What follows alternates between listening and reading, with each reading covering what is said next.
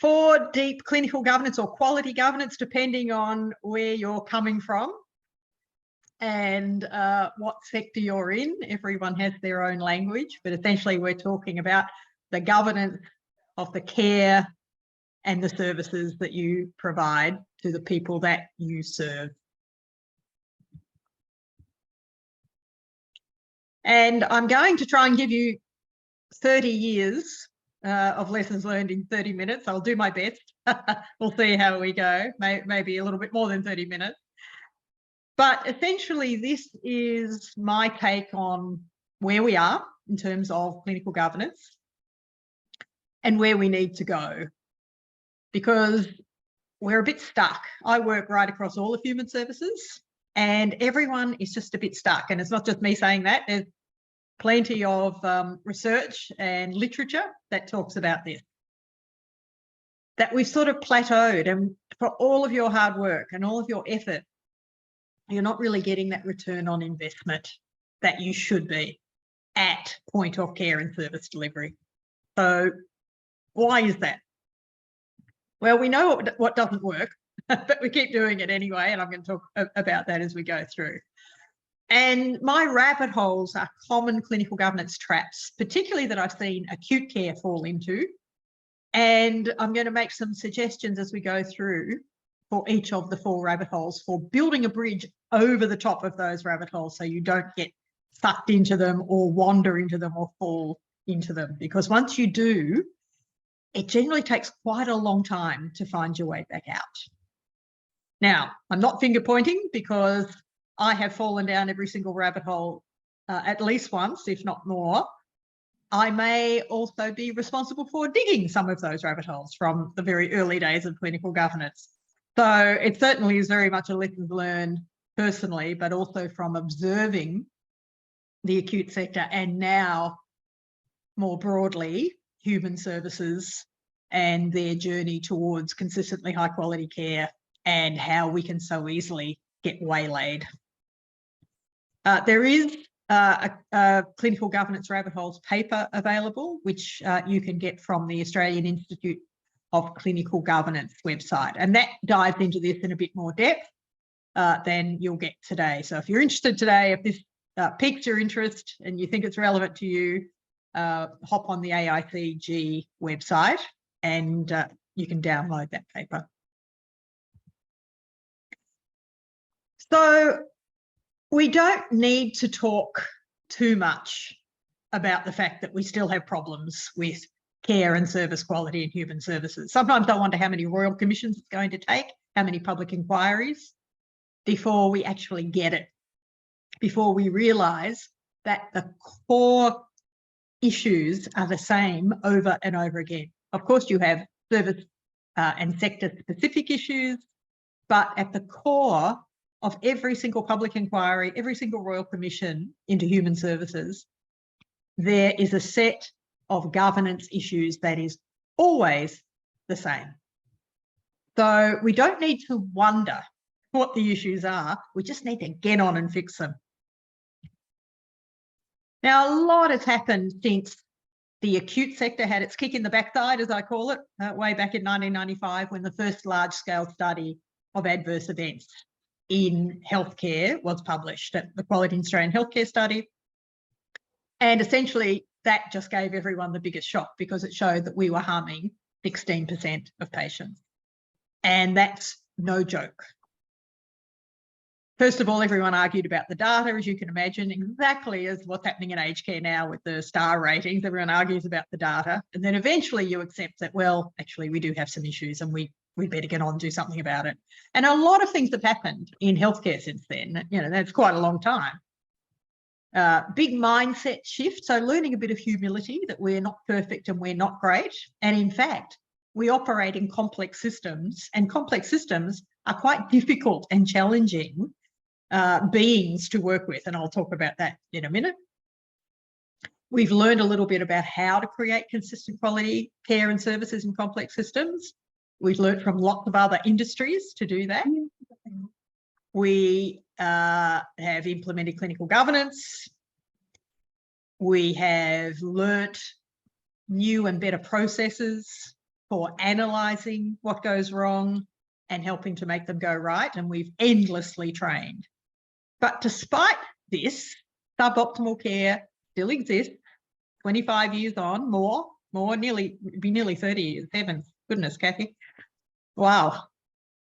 Suboptimal care still exists and it's still costs. So, you know, there's some really interesting data around now about the impact on people who experience an adverse event.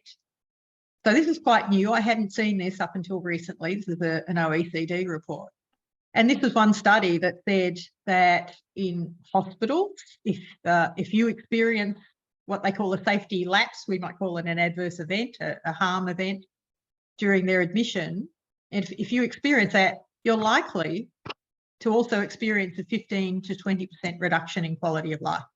Can I just check that everyone's on mute, please? Because I've just got a little bit of feedback. Thanks, everybody. So that's a lot. We knew it affects people badly, of course, to experience an adverse event. We know that. It makes sense, right? But to quantify the reduction in quality of life, that's interesting, and that's probably more than I would have expected. We know there are costs to staff in lower job satisfaction, time wasting, the stress associated with creating suboptimal care. In fact, there's some great data now which talks about the stress and the dissatisfaction with people's roles related to providing suboptimal care because they're stressed, because they're working with poor systems, because they're too busy to do things properly. So this has a significant impact both on the people we serve and on our staff. And of course, there's a financial cost. And this OECD report from last year, which comes up every couple of years, they have a look at the cost of unsafe care across developed countries. And their latest figures are unsafe care costs about 5.4% in acute, 3.3% in primary, and 3.9% in long-term care. So poor care and poor services are not cheap. People often say, oh, what's the cost of quality care, Kathy? And I say, well, what's the cost of suboptimal care? It's not good. It's costing you more than you think. You might know, you might have done the maths, and that's great. That's fantastic if you have, because we need more people to be looking at this. But if you haven't, it's a hidden cost in your organisation. So the rabbit holes that I'm looking at are activity without purpose, process before people, prioritising passivity, and confusing fads with foundations. Now, we could probably, if we got together with a whiteboard, we could probably name 50 rabbit holes. So these are those that I see over and over and over again. They're very easy to fall into and really hard to escape from. They also align with the literature and the public inquiry findings on clinical governance failures. They waste endless time and energy and dollars, and they're all avoidable through committed and focused board and executive leadership. And as I said, they're also my lived experience, so I can speak with some confidence about each of these. So, activity without purpose. I think what happened in healthcare, and I will use healthcare as my main example because that's where we've had lots and lots of years to study the patterns and the good and the bad. Clinical governance at some point became all about following directions, and we kind of forgot about the destination. And what happens when you turn clinical governance into a series of directions with no clear destination? You get a whole lot of people in the organisation saying, well, what is the point of all this? And some research I did with Professor Sandy Leggett a few years ago, looking at 8 health services and what was happening in those health services in terms of their quality and clinical governance system. We saw over and over the same comments coming back from clinical leaders, from frontline staff, from everyone in between, middle managers.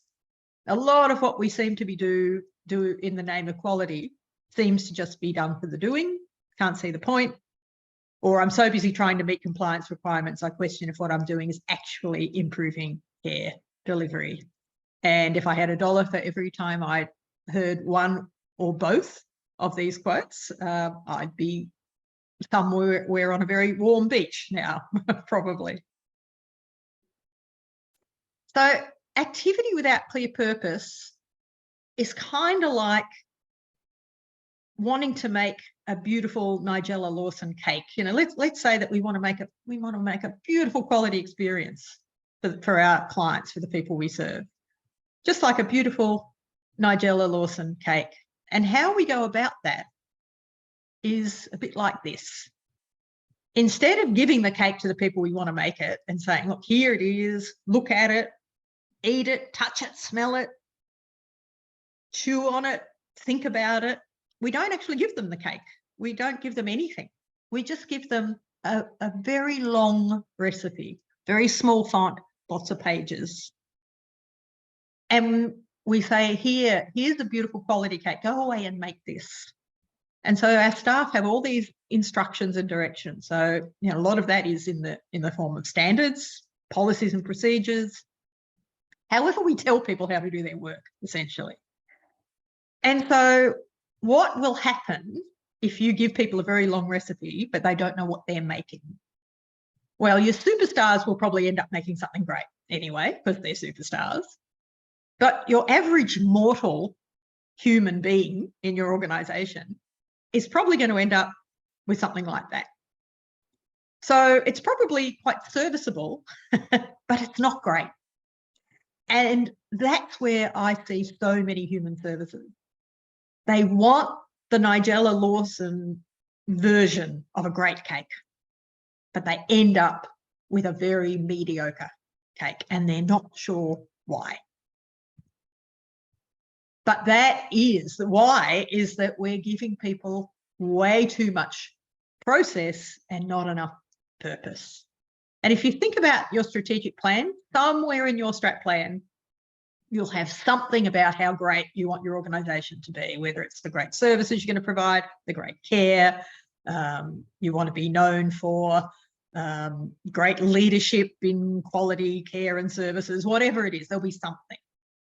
But unless that vision is properly operationalized so that your managers and staff are making decisions and taking action every single day to make that a reality, it will not happen. It's impossible. And I've seen many a beautiful strategic vision that probably cost quite a lot to craft just completely fall flat on its face and not be realized because that bridge has not been built. And that bridge is a strategic clinical or quality governance system that takes what you want and turns it into something that you have. But that requires clear purpose, not just a bunch of instructions or directions, but clear purpose first, and then we work out the directions to get there. And we know the importance of setting goals for quality services. We know, you know, it's all over the literature, it's all over the research. You know, there's some much greater minds than mine, I can assure you, have absolutely categorically stated that a positive relationship exists between strategic goal setting and organisational performance, and that organisational and individual goals for quality services are found in high performing health services. We know it, yeah? So why don't we do it? Because it doesn't cost you a thing. And I think in human services, the rabbit hole here is getting so caught up in process that we forget that all that process is a means to an end, and it becomes an end in itself. And it's a trap. But in a human service, which is a complex system, every single person on this call here works in a complex system. We don't work on a production line where we pop inputs in and then it goes along the line and then we get great care and services out the other end. It just doesn't work like that. And you know this, right? What happens is we get our inputs, our people and our systems and our resources with the best will in the world. And all of that goes into what I call a maze of complexity. So your P&P and your standards and your training and your governance, and your leadership and your planning and your implementation, all your good stuff, all the stuff you're doing to try to get good, consistent quality care and services, that's all great. But the reality is that that collides head on with the reality of a complex system. All of the interactions that happen in your services every day, so that no 2 days are ever alike. There's a lot of risk and stress. There's a lot of natural erosion in a complex system. So just like the road system is a complex system. So if you think about roads, and up here, since we had the floods a couple of years ago, the roads in many cases are still a mess. And those roads are not just sitting there the same as they were 2 years ago waiting to be fixed. They're getting worse. So if you don't move forward in a complex system towards something better, you're not just standing still. You're probably eroding your standards. Your standard of care quality and service quality is eroding unless you're making it better. And human nature, of course, a massive part of complex systems in human services is human nature, which ain't perfect. So until we're all robots or androids, that's always going to be an issue. And even when we are robots and androids, there'll be other issues that come with that. We have systems breakdowns. Our systems let our staff down consistently. A lot of human error, a lot of unexpected events. And I could go on, but you get the gist, yeah? The reality that your staff are working with every day is not neat and clean. They're trying to do their best every single day, excuse me, in a very challenging environment.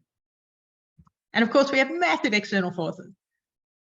Funding, policies and procedures, compliance legislation, all the things that we have to deal with that come in from the outside that we just have to make the best of. So it ain't easy. To create something consistently good in human services is not an easy thing, but it can be done. If that's your only approach, that you throw a whole lot of things into your organisation and you hope that you're going to get something good, where you are going to end up is in what I call the swamp of inconsistency. And the swamp of inconsistency lies, unfortunately, at the heart of the maze of complexity. So unless you're very specifically and deliberately heading away from the swamp, you are going to end up in the swamp. And this is where a lot of places are that I see and I work with.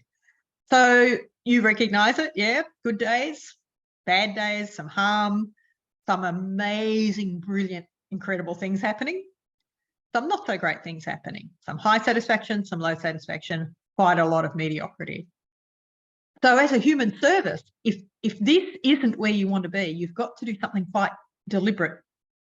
And this is the rabbit hole that people end up in unless they do this deliberate thing. And the deliberate thing is you've got to plant a flag on the hill that says this is how good we want to be. And so everyone can follow the flag out of the maze, out of the swamp, out of the maze, and up the hill towards consistently good.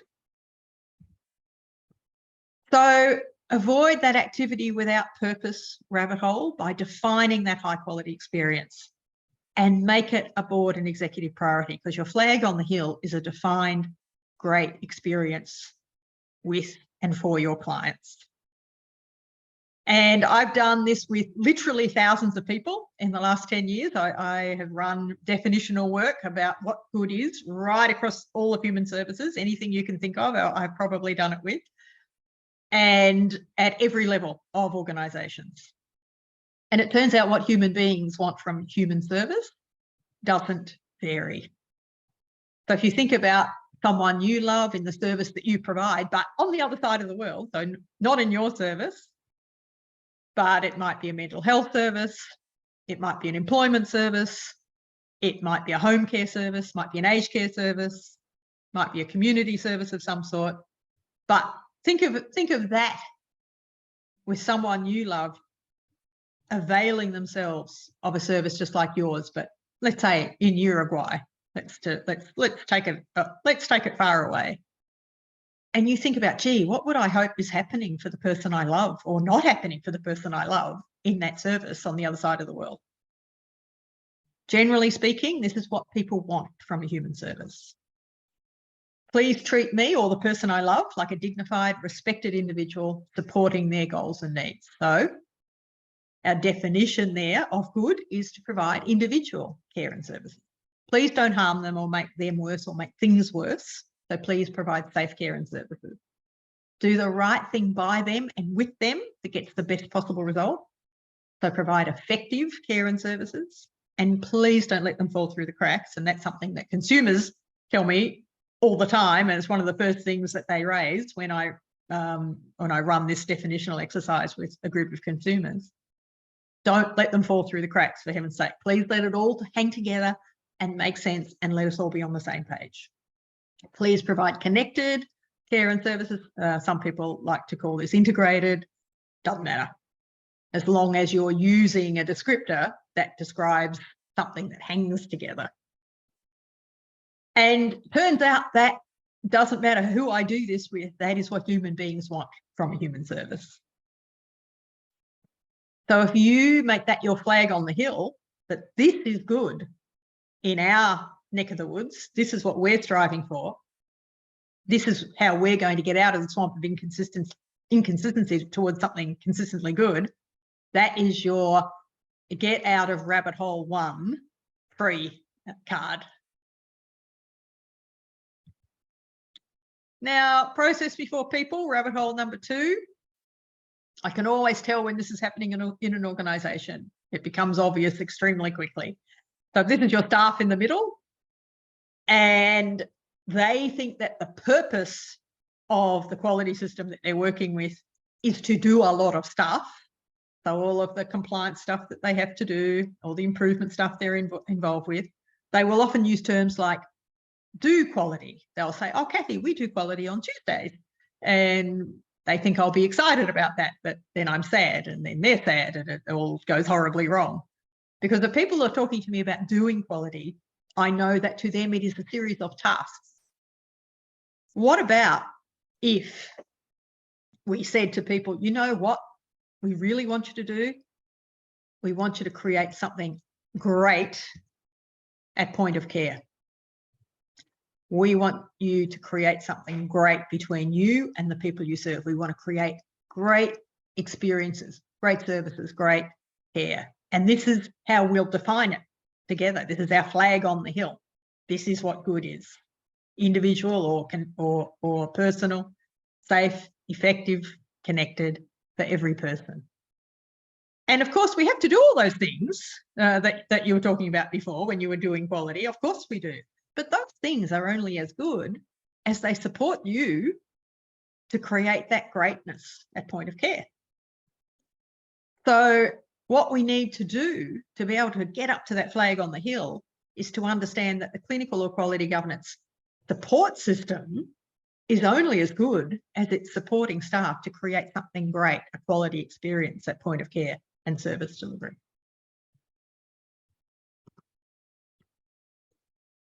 And what we need is for those clinical governance systems, not just to be just a series of sort of random stuff that we're doing because we have to, but to be embedded in the things that guide how people work every day.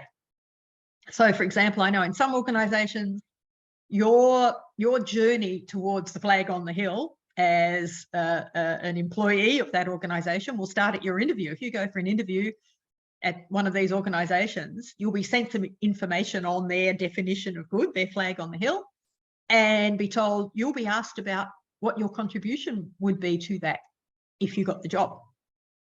And then, of course, that leads on to your induction, where the CEO will tell you all about how important your role is in creating that flag on the hill for every single person.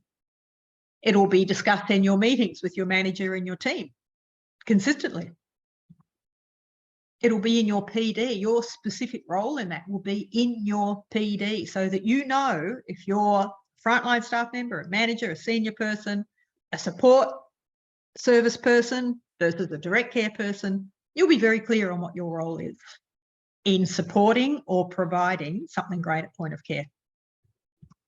It'll be in your training, in your policies, your procedures, your protocols, your standards. All of these things will be directed at supporting you to play your role.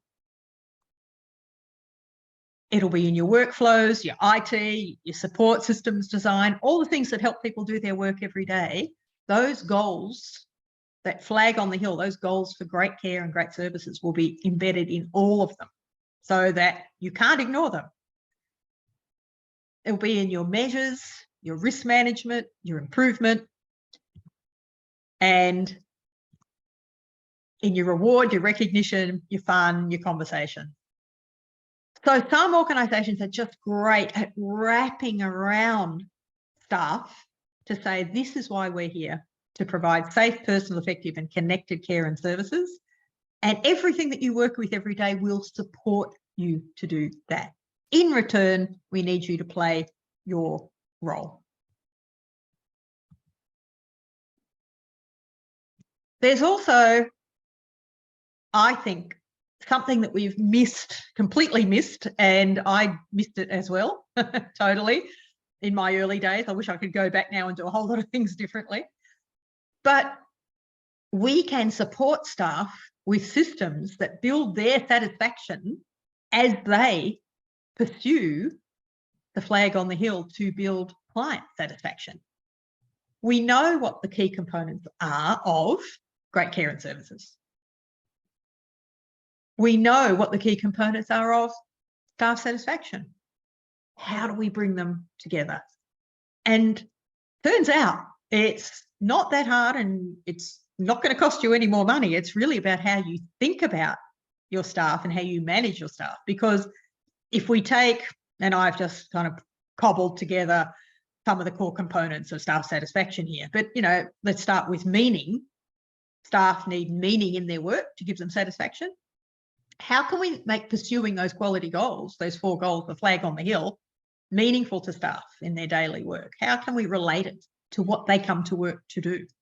And turns out that's not that difficult, because most staff, not necessarily 100%, I get that, but most staff in human services come to work to make someone's life better, to help someone have a better day or a better life. Mastery, how can we show off staff skills and knowledge as they pursue those quality goals, that flag on the hill? How can we help them develop more skills and knowledge to do that? How can we make sure that we show appreciative acknowledgement when we see staff striving for those goals in their everyday work? How can we bring in individual and team judgment and decision making to help achieve the goals? Because autonomy is a significant factor in job satisfaction. And how can we foster that camaraderie and that teamwork and that shared purpose so that everyone knows we're on the journey up the hill towards that flag on the hill of consistently good quality care and services? So I think this is an unmined treasure. I really believe that this is the next phase of pursuing consistently good quality care, is bringing staff satisfaction and consumer satisfaction together so that in the pursuit of one, we achieve the other. All right, rabbit hole number 3, prioritising passivity. Well, I see an awful lot of this, unfortunately. I see a lot of passive clinical governance, and obviously all of this flow, all the rabbit holes are interdependent, and they probably all join up, you know, 10 metres below the surface. But passive, or what I could also call trickle-down clinical governance, doesn't work very well at all in complex systems, in the complexity of our human services. So what do I mean by trickle-down? Well, everything looks great at the top. You might have a beautiful framework. You might have beautiful policies and procedures. You might have a lot of things that just look fantastic. But by the time they actually reach point of care where people are meant to be working with them to provide good care, they've become so diluted that they're just not working very well anymore. And in some cases, it's just extra work for absolutely no gain whatsoever. So trickle down, we could call it. Another great thing that I've seen is in an article about the research to practice pipeline, as they call it. And this article said the research to practice pipeline is leaky.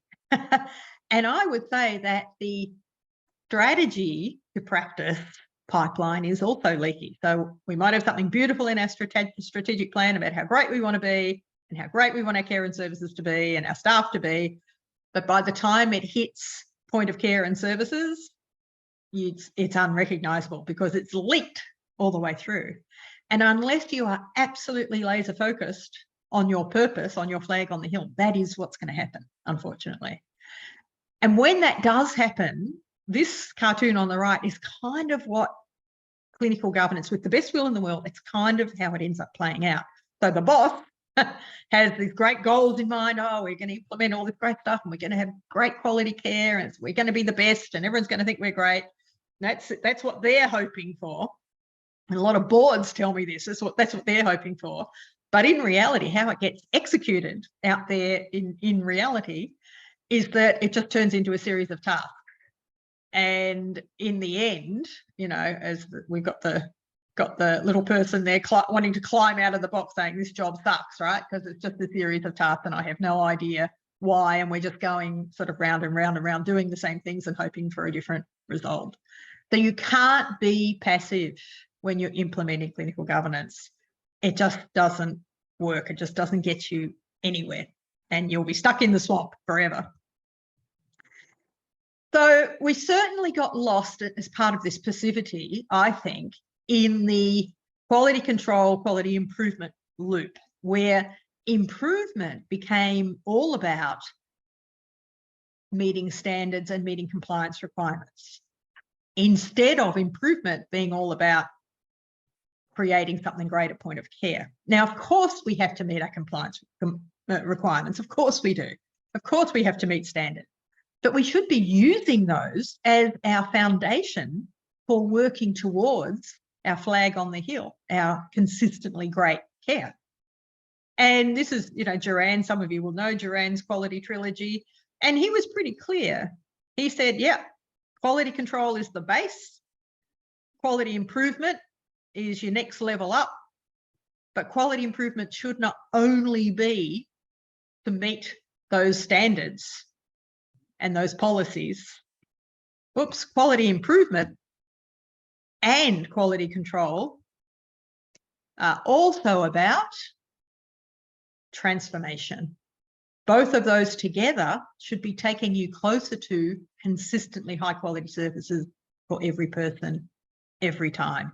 But that bit, I just don't see it enough. I see maintenance, I see improvement, but I'm not seeing that we're using our maintenance and our improvement to create something great. And so where I'm just seeing the maintenance improvement loop, that's a very passive approach to trying to create something great when we're talking about the complexity that we work in. And where I often see this first, if I go into an organisation, I'll see it in committees. I'll see it in committee minutes. I'll see it in committees. If I sit in on a committee, lots of looking back, endless monitoring where people have forgotten why they're monitoring what they're monitoring, confusing activity with achievement. Oh, but we did and we did and we did and we did. Yeah, but did it actually make a difference? Oh, gee, I don't know, you know, but we did a lot of stuff. And that lack of bold decision making for greatness, that lack of bold decision making for what's our next step up the hill towards consistently great.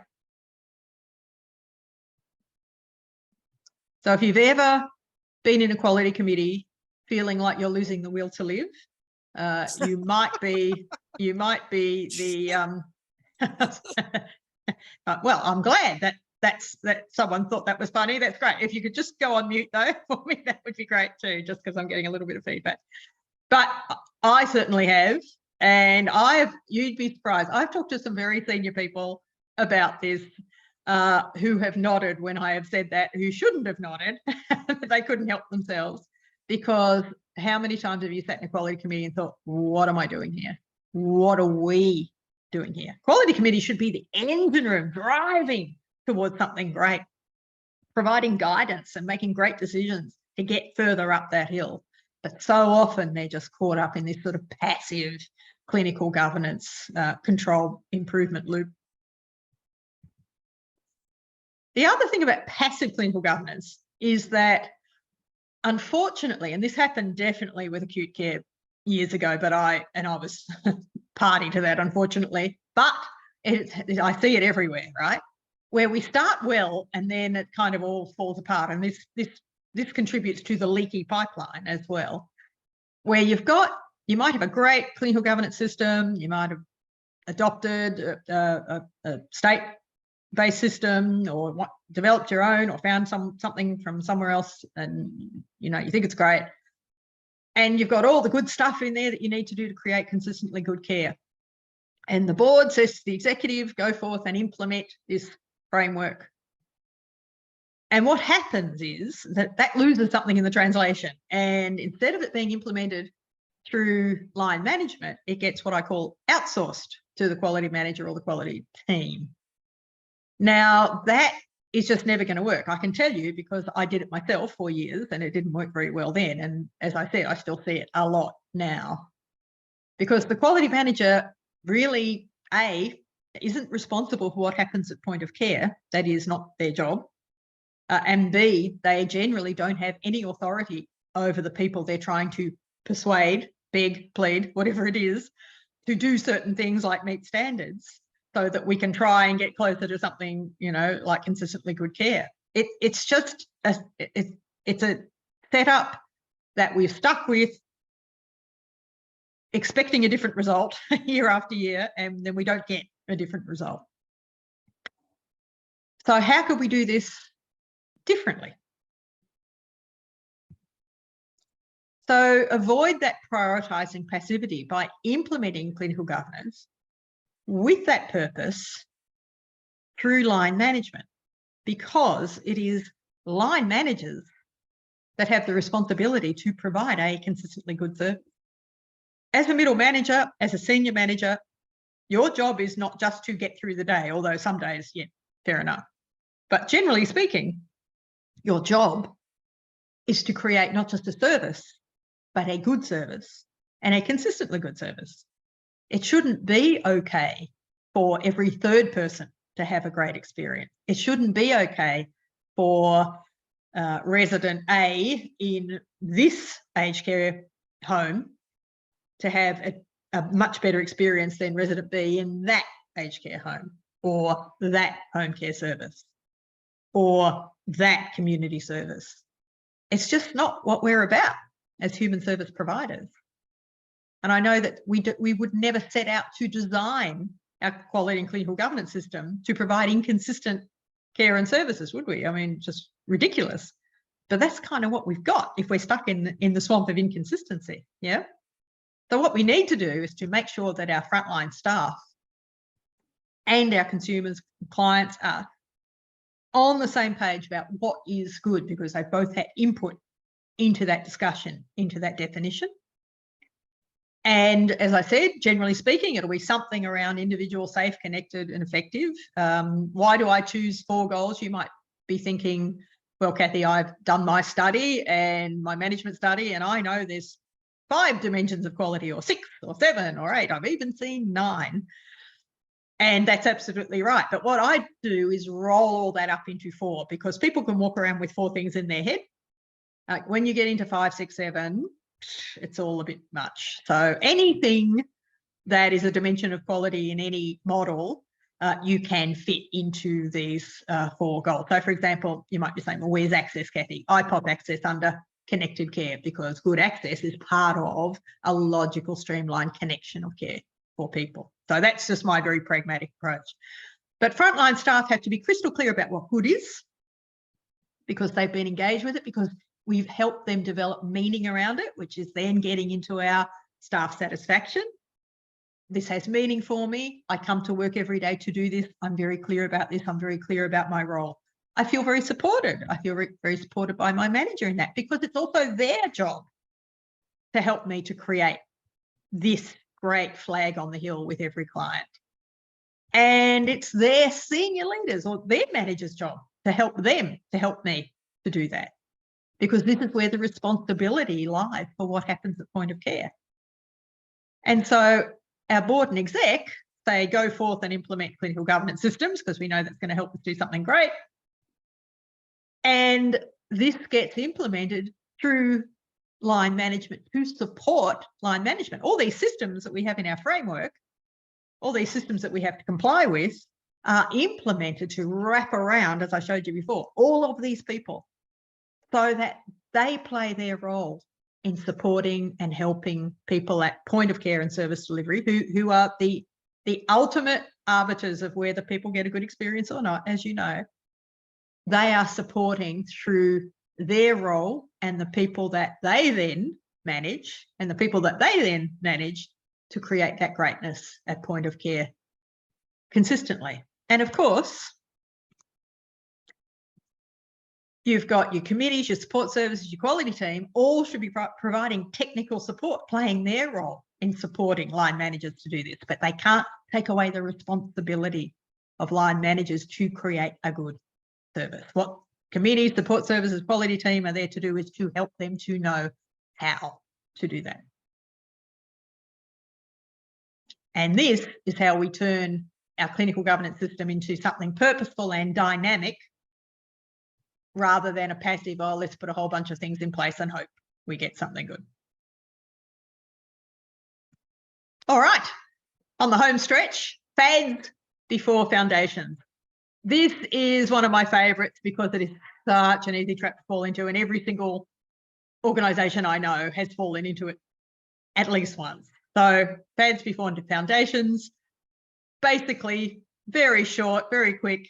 You just need to be sure when you're grabbing a framework or a tool or someone's trying to sell you something to improve the quality of your care, you just have to be super, super clear about what you're trying to achieve so that you can choose the right tool for the job, and don't just grab a random tool and say, oh, this will fix everything, because I can assure you that nothing fixes everything. No single approach ensures quality care, even though people tell me that all the time. And I know it's a very convenient untruth to say that, oh, if I grab this, that will ensure quality care, because life's just not that simple, right? So you can end up with the best will in the world thinking that, oh, I'm going to be able to fit more tennis balls in my container if I grab this tool or this FAD, but you actually might end up with more tennis balls in your container, but not being able to play tennis. Yeah. So a very simple way of avoiding FADs that aren't going to help you is to know what you're trying to achieve. And so this just draws everything we've been talking about together. You need to ask, will this tool, this method, this bit of software, this training, whatever it is that I'm about to grab, will it help me set goals, set our goals, our flag on the hill? Will it help us create the right mindset and culture? Will it clarify staff roles and responsibilities, and will it support them to enact those roles? Will it support partnering with consumers and clients? Will it help us develop our line manager capability to lead their staff to achieving those goals? Will it develop our quality managers and leaders and teams to support line managers? Will it identify and implement the infrastructure that we need to wrap around people to support quality goal achievement to get to that flag on the hill? Will it develop both responsive and proactive methods for managing risk and creating quality services? Will it help staff to make positive changes that stick and scale? And will it help you tell the story of your care and service quality through great data? So a tool should do at least one of these things if it's going to be useful in your pursuit of that flag on the hill. All right, so I'm going to finish up, but just before I do, there is the QR code to download the article, as I mentioned earlier. And please jump on my website. I've got lots of free resources around this. You can grab a free quality system assessment checklist that'll tell you whether or not your quality system is currently dynamic and helping you get up the hill towards the flag on the hill. And also the No Harm Done podcast that I do with Kathy Jones, where we kick quality and clinical governance around, we unpack it, we have a lot of laughs, believe it or not, and it's kind of a fun way to think about how quality and clinical governance is going at your place.